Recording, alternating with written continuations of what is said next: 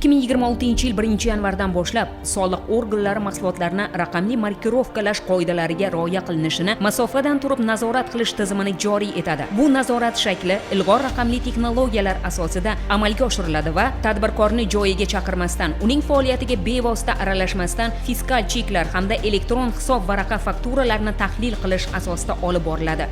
Yangi tartibning asosiy yangiligi bu yumshatilgan yondashuvdir. Endilikda qoidabuzarlik aniqlangan taqdirda tadbirkor avvalo ogohlantiriladi. Agar shu kabi buzilish yana takrorlansa, yana bir marta ogohlantirish yuboriladi. Faqat 3-marta aniqlangan holatdagina moliyaviy jarima qo'llaniladi. Bu esa tadbirkorlarga xatolarni moliyaviy jazolarsiz tuzatish imkonini beradi. Jarimalar: 1-marta aniqlangan buzilish uchun choraklik sof tushumning 0,2% miqdorida jarima qo'llaniladi.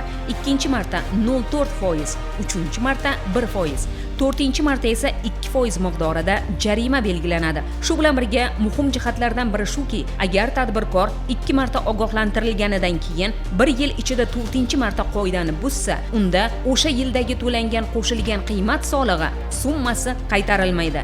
Bu tartib intizomni kuchaytirish va qonunchilikka rioya etishni rag'batlantirishga qaratilgan. Markirovka jarayonini yanada shaffof qilish maqsadida 2025-yil 1-sentyabrdan boshlab kassadagi fiskal chek faqat markirovka kodi kiritilgach shakllantiriladi.